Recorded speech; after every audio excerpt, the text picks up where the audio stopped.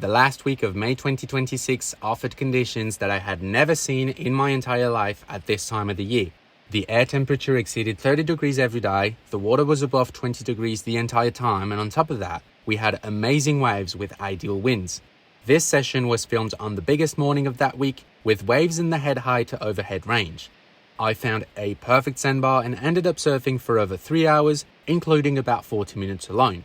This was actually the first time I recorded myself in waves this size at home, and in this video I want to take you through what it was like figuring out these conditions all by myself and how it all felt out there. Oh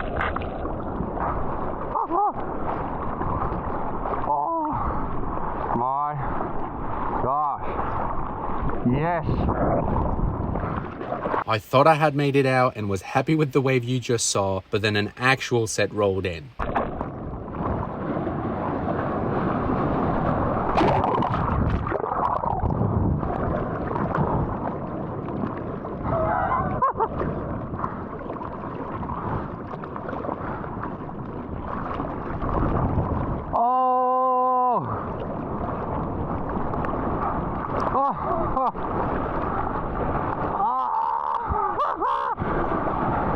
That was an overhead wave, and I've got my graveler with me, which is arguably the worst possible board for these waves. Problem right now is I don't really have a daily driver, so it's either I'm riding this, which I love and can catch anything on, or I'm riding the high performance short board. I'll be honest, I'd rather ride this and be a little too far out on the shoulder than ride the short board and feel like the brakes are on the entire time, because it is really good, but most of the waves are really mellow. There is a ton of water over the sandbar right now. It's such a long swell that it's breaking way out the back, so I'd rather have something that picks up speed rather than something that controls it. But this is insane. Perfect wave, perfect weather, the sun's just rising, and I'm all alone. Let's get it. Yeah.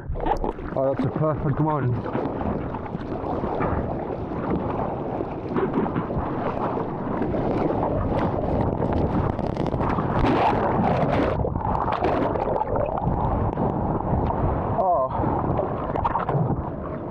Slightly too fast for this side. I bailed.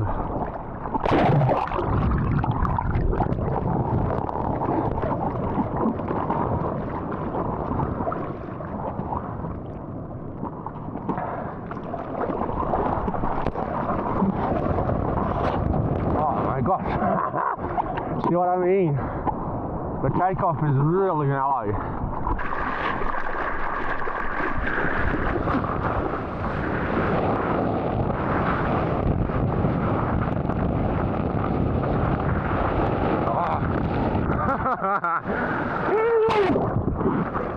A bit of a high line on that one. It's a bummer that it closed out though. At first, I really wanted to sit where my usual takeoff spot is on this sandbar, which is pretty deep. I already had all of my landmarks figured out, and I just thought the wave would break around that same spot, but just much further out, obviously. But I quickly realized that this wasn't going to work.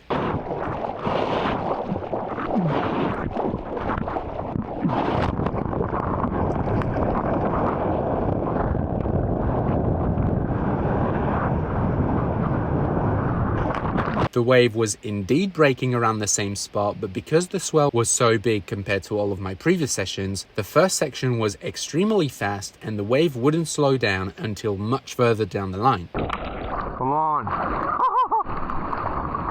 Oh my gosh.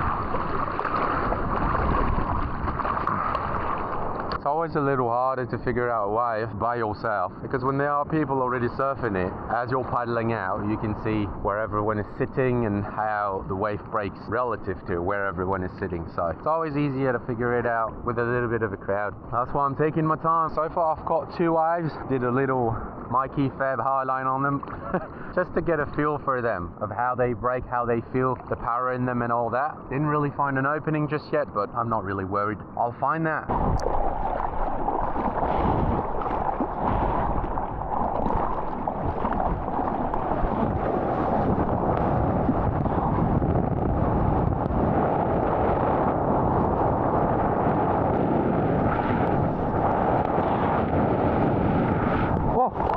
After a few unsuccessful attempts, I finally made the first section and was able to go for my first turn of the session.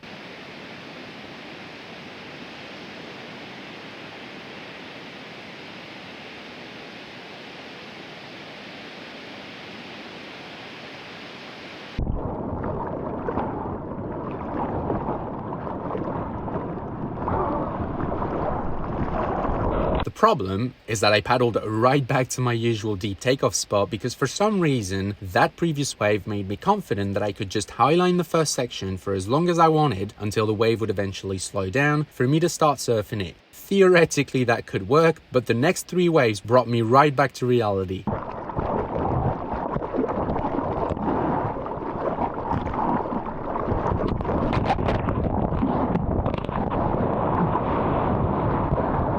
Because the truth is that for this to work, I would have to get into the wave super early, set my line right off the bat, and the wave would have to peel perfectly for me to really stay close to the lip. But I am just not that consistent with my takeoffs, and this is still France, so it is very rare for a wave to break without a drop out of place.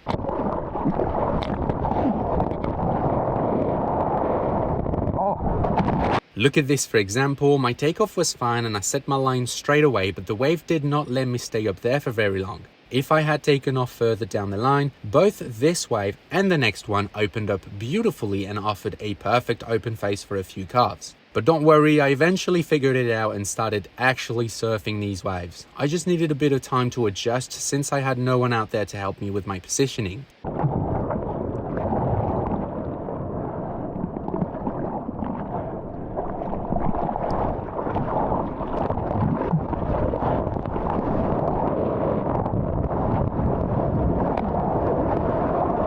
Now my intuition is that I'm rather sitting extremely deep and I'm not really realizing it, or I think that's just the only real explanation as to why I'm not really finding an opening.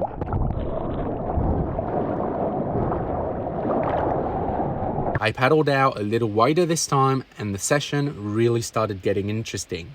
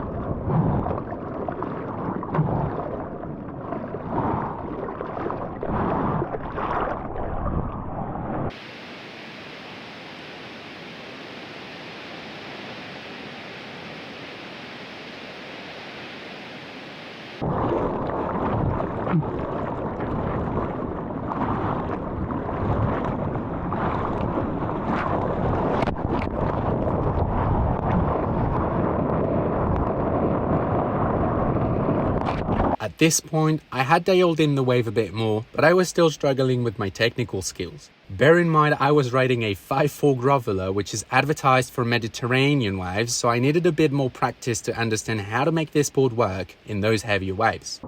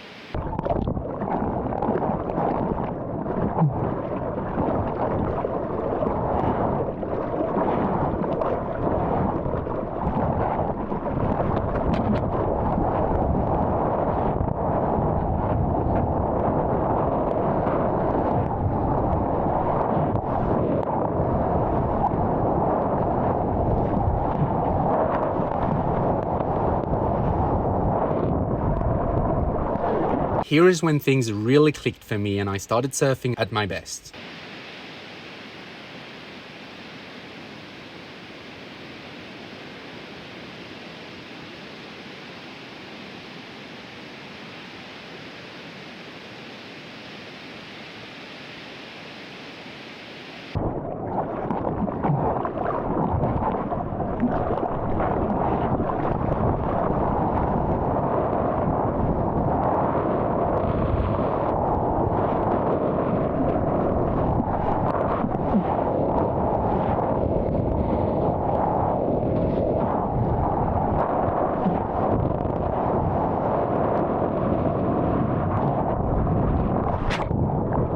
That was the best wave of my life. Oh my god. Oh. Well, good thing I didn't overreact, but seriously, what I did on this wave felt incredible.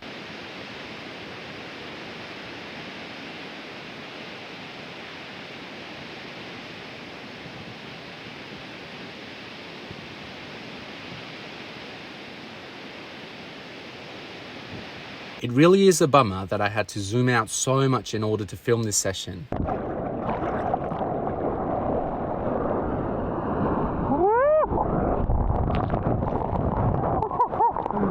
Like I said, I was alone for about 40 minutes, then this guy joined and it was just the two of us until the hour-and-a-half mark on my watch, so I think it is fair to say that we absolutely scored.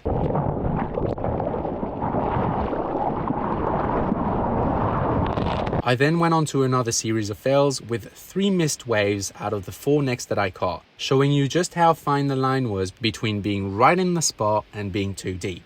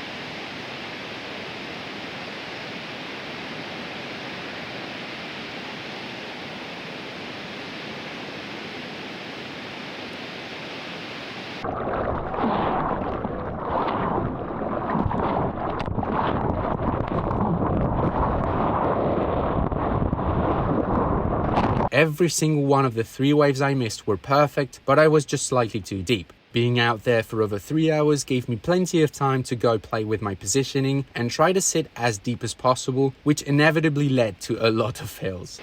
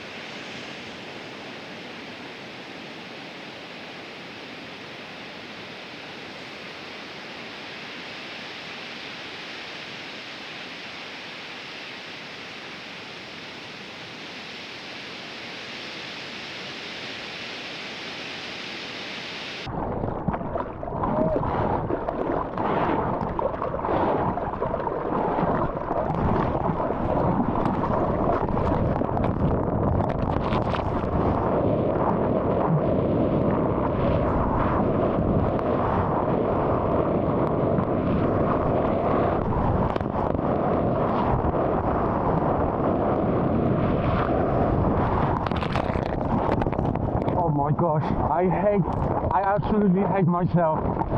I absolutely hate myself.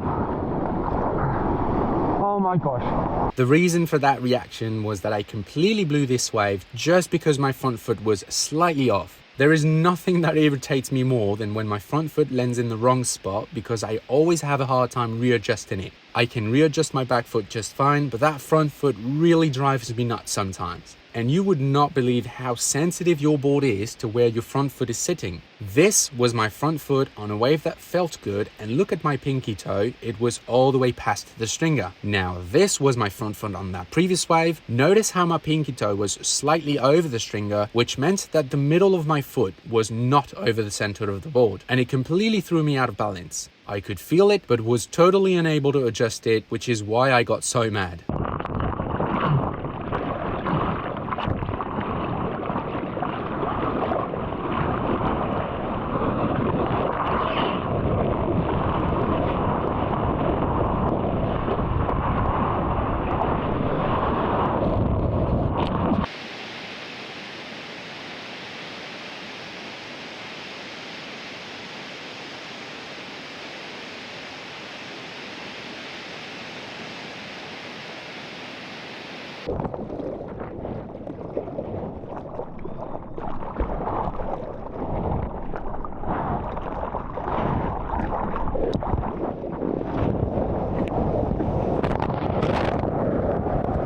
After almost 3 hours, a few more locals paddled out and it started to feel a bit much for the amount of good waves rolling in. My wave count drastically dropped and I also started taking off too deep again. There were still some insane waves out there, but I figured I had gotten my fair share and the vibe was getting a bit too competitive for my liking. So I caught 2 more waves after this one before calling it a day. This was an insane session, and I would say that these were some of the best waves I've surfed at home. It is very rare for such swells to be clean enough to actually work with the sandbars, so to not only get waves this good, but also be able to score them away from the crowds truly felt like a unique experience.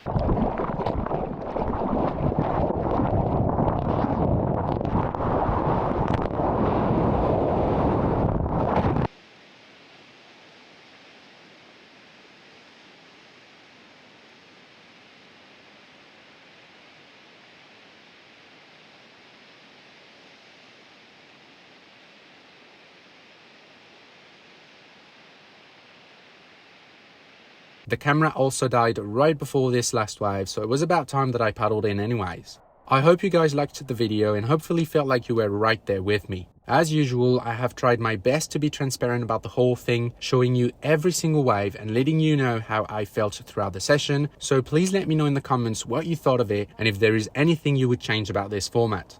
Thank you so much for watching, and I'll see you guys in the next one.